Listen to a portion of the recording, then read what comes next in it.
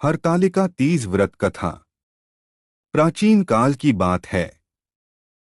हिमालय पर्वत के राजा हिमवान और रानी मेना के घर एक अत्यंत सुंदर और तेजस्वी कन्या ने जन्म लिया, जिनका नाम पार्वती रखा गया। बचपन से ही माता पार्वती का मन भगवान शिव की भक्ति में लगा रहता था। वे उन्हें अपना पति बनाने का दृढ़ संकल्प कर चुकी थीं। जैसे जैसे माता पार्वती बड़ी हुई, उनकी भक्ति और भी गहरी होती गई। वे दिन रात भगवान शिव का ध्यान करतीं और उनके गुणों का स्मरण करतीं। उनकी इस अटूट श्रद्धा को देखकर देवता भी प्रसन्न होते थे। एक दिन देवर्षि नारद हिमालय के महल में आए। उन्होंने राजा हिमवान से कहा कि उनकी पुत्री पार्वती अत्यंत गुणवान है और उनके लिए भगवान विष्णु जैसा श्रेष्ठ वर कोई नहीं हो सकता।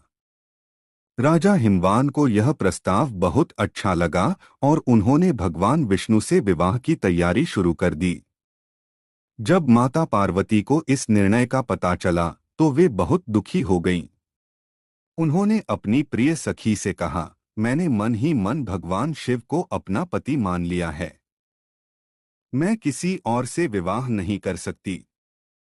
माता पार्वती की सखी उनकी पीड़ा समझ गई। अपनी सखी की इच्छा को पूरा करने के लिए वह उन्हें घने जंगल में ले गई ताकि उनका विवाह किसी अन्य से न हो सके। सखी द्वारा हरण करके ले जाने के कारण ही इस व्रत का नाम हरतालिका पड़ा। जंगल में माता पार्वती ने कठोर तपस्या आरंभ की। उन्होंने फल, फूल और अन्न का त्याग कर दिया और केवल भगवान शिव के ध्यान में लीन रहने लगीं। उन्होंने मिट्टी से शिवलिंग बनाकर उसकी पूजा की और दिन रात भगवान शिव के नाम का जाप किया। कई वर्षों तक चली इस कठिन तपस्या से भगवान शिव अत्यंत प्रसन्न हुए और उन्होंने माता पार्वती को दर्शन देने का निश्चय किया।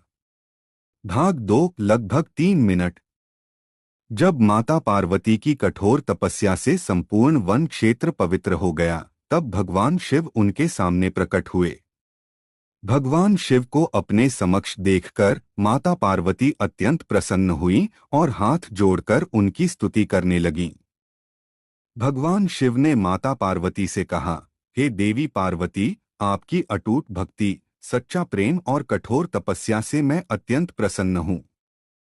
आपने अनेक कष्ट सहकर मुझे पति के रूप में पाने का जो संकल्प लिया है, वह आपकी सच्ची श्रद्धा का प्रमाण है। मैं आपको अपनी अर्धांगिनी के रूप में स्वीकार करता हूँ। भगवान शिव के ये वचन सुनकर माता पार्वती की आंखों में खुशी के आंसू आ गए। उनकी वर्षों की तपस्या सफल हो चुकी थी। उन्होंने भगवान शिव को प्रणाम किया और उनके चरणों में अपनी भक्ति अर्पित की। इसके बाद माता पार्वती अपने पिता हिमालय के घर वापस लौटीं। जब राजा हिमालय को अपनी पुत्री की कठोर तपस्या और भगवान शिव से मिले वरदान के बारे में पता चला, तो उन्हें अपने निर्णय का एहसास हुआ और वे बहुत प्रसन्न हुए। कुछ समय बाद शुभ मुहूर्त में भगवान शिव और माता पार्वती का दिव्य विवाह बड़े ही धूमधाम से संपन्न हुआ। देवता, ऋषिमुनि और सभी लोकों के प्राणी इस अद्भुत विवाह के साक्षी बने। चारों ओर मंगल गीत गाए गए और देवताओं ने पुष्पों की वर्षा की। तभी से हर वर्ष भाद्रपद शुक्ल पक्ष की तृतीया तिथि को हरतालिका तीज का व्रत श्रद्धा और भक्ति के साथ किया जाने लगा।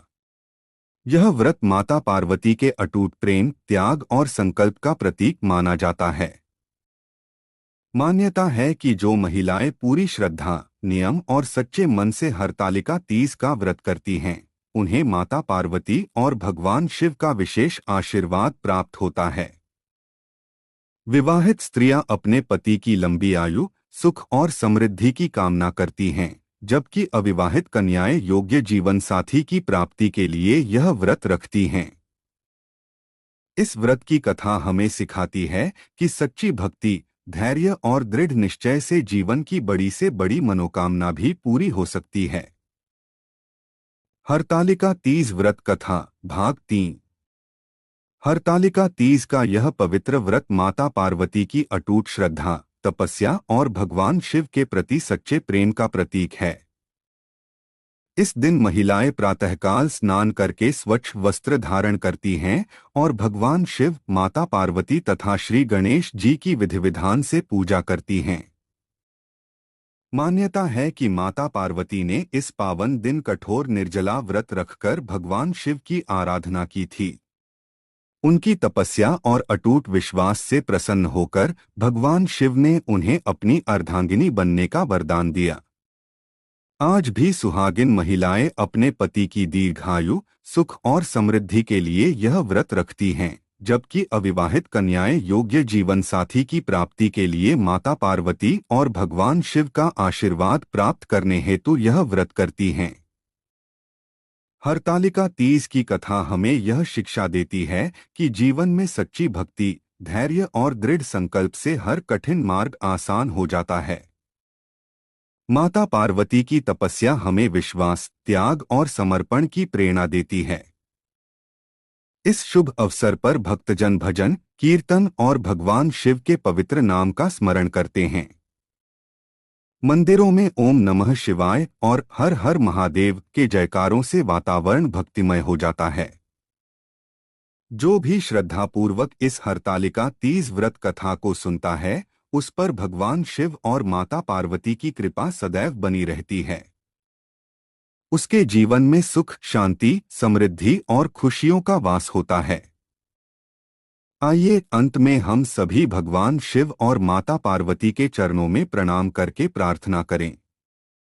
हे भोलेनाथ और माँ गौरी, हमारे जीवन के सभी दुख और कष्ट दूर करें।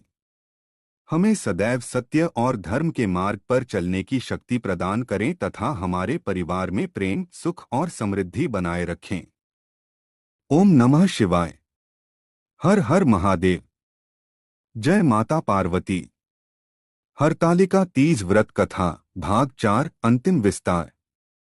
हे भक्तों, हरतालिका तीज का यह पवित्र व्रत केवल एक परंपरा नहीं, बल्कि माता पार्वती के अटूट प्रेम, त्याग और कठिन तपस्या की अमर कहानी है। माता पार्वती ने वर्षों तक कठोर तप करके संसार को यह संदेश दिया कि सच्ची श्रद्धा, धैर्य और विश्वास से हर मनोकामना पूर्ण हो सकती है। इस पावन दिन महिलाएं पूरे विधि विधान से भगवान शिव और माता गौरी की पूजा करती हैं।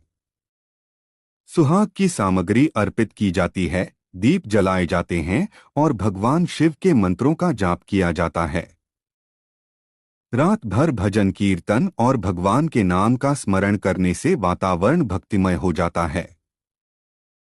ऐसी मान्यता है कि जो श्रद्धालु सच्चे मन, पवित्र भावना और नियमों का पालन करते हुए हरतालिका तीज का व्रत करता है, उस पर भगवान शिव और माता पार्वती की विशेष कृपा बनी रहती है। उनके जीवन में सुख, शांति, समृद्धि और खुशहाली का आगमन होता है। माता पार्वती की यह दिव्य कथा हमें सिखाती है कि जीवन में चाहे कितनी भी कठिनाइयां क्यों न आए, हमें कभी भी अपने विश्वास और अच्छे कर्मों का साथ नहीं छोड़ना चाहिए। सच्ची भक्ति और समर्पण से ईश्वर की कृपा अवश्य प्राप्त होती है। आइए इस पवित्र कथा के अंत में हम सभी भगवान भोलेनाथ और माँ गौरी के चरणों में नमन करें और प्रार्थना करें। हे महादेव, हमारे जीवन के सभी दुखों को दूर करें, हमारे परिवार में प्रेम, सुख और समृद्धि बनाए रखें और हमें सदैव धर्म के मार्ग पर चलने की शक्ति प्रदान करें। ओम नमः शिवाय। हर हर महादेव। जय मां पार्वती। श्री हरिहर दास जी चैनल को लाइक और सब्सक्राइब जरूर करें। अपनी भक्ति और श्रद्धा को व्यक्त करने के लिए कमेंट में हर हर महादेव या जय महादेव अवश्य लिखें। भगवान शिव और मां पार्वती की कृपा आप सभी भक्तों पर सदैव बनी रहे।